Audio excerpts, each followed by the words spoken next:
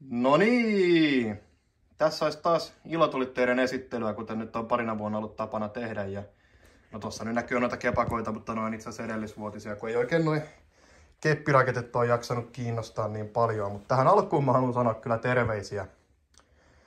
Ehdottomasti terveisiä Rikelle ja kapteeni Surleuvalle, hyville ystävilleni.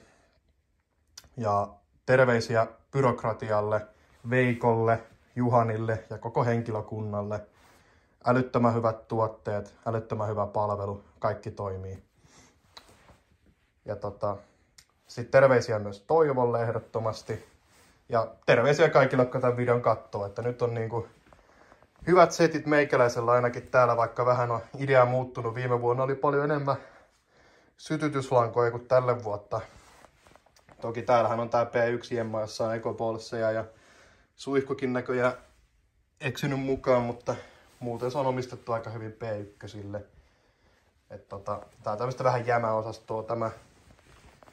Ja sitten nämä padat, niin voisin väittää, että aika älyttömän kova setti on tälle vuotta. Ja siellä on, jos jotkut ei tiedä mikä tää Fireball on, siinähän on siis isoin patta mitä mulla koskaan on ollut ja ihan älyttömän komea. Ampuu itteensä alle 2 minuutissa 200 laukausta, pelkkää 30 millistä putkea ja tosiaan 5 kiloa NEM. Siinä rupeaa olemaan niin kuin jo aika miehekäs pata. Toki on sillä aika kova hintalappukin, 499,90 €, mutta on silti alle 500, 10 sentillä. Että joo, komppiosio on kyllä nyt niin hyvä kuin vaan olla ja voi. Siellä on, Riakiolta oli pakko saada joku komppi, niin Syttorakki mä nyt sitten valittiin. Darkki on tilattu jo marraskuussa.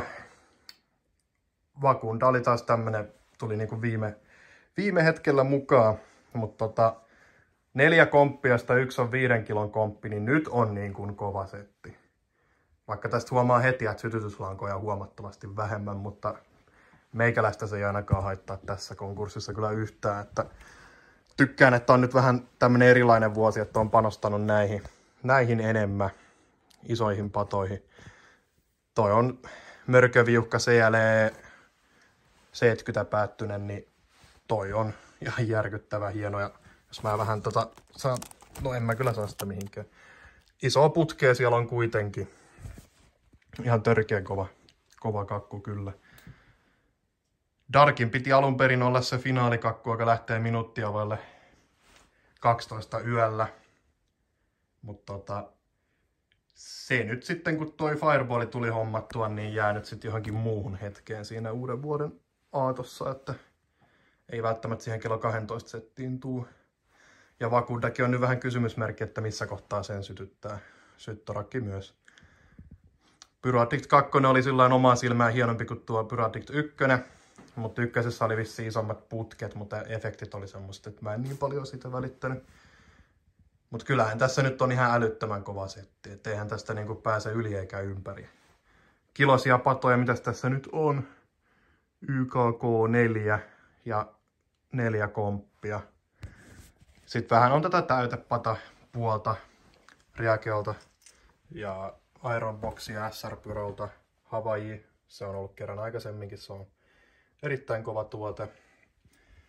Et mä en oikein tiedä, voiko tästä ihan hirveästi paremmaksi pistää, jos haluaa nimenomaan vähän sytytyslankoja. Se on tietysti aina ihmisestäkin, että miten sen nyt sit haluaa viettää tai käyttää rahansa, mutta siis en tiedä. Vaikea sanoa mitä otan eniten. Tästä vakuudesta mä en edes ole nähnyt videota, että se on sikäli aika heräte hommaus. Ja Fireballista mä nyt oon tietenkin nähnyt videon, mutta sillä on vähän jännitystäkin, että vakuudesta ei ole oikein tietoa. Muut onkin sitten tuttuja ainakin videoiden kautta, vaikka harvempaa näistä tuotetta mulla ennen on ollut. Cold Bluekin on semmonen, että mullahan on ollut prime time, mutta tätä mä oon joskus himoinnut. Ja toki on vähän toi Johopyro jäänyt sillä jälkeen, kun on tullut noin Funket ja SR-pyrot ja sun muut, mutta ja Riakeot totta kai, mutta mulla on nyt sukassakin joku roska.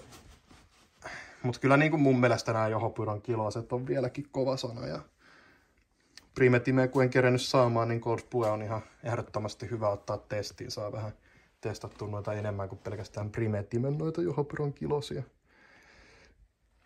En mä tiedä mitä tästä enempää sanois, että kilosista mä odotan oikeastaan kaikkia. Ehkä eniten kuitenkin Pyro Addict 2 tai Mörköviuhkaa.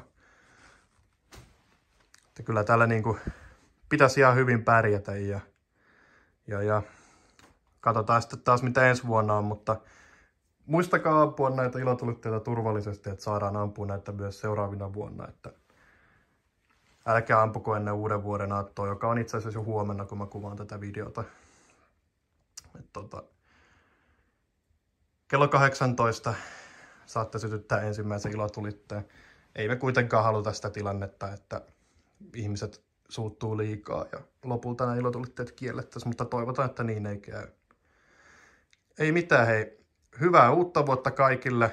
Muistakaa tosiaan suojalasit ja turvallisuus ja muistakaa myös nauttia uudesta vuodesta. Tämä video oli tässä ja nähdään taas ensi vuonna uusissa kuvioissa.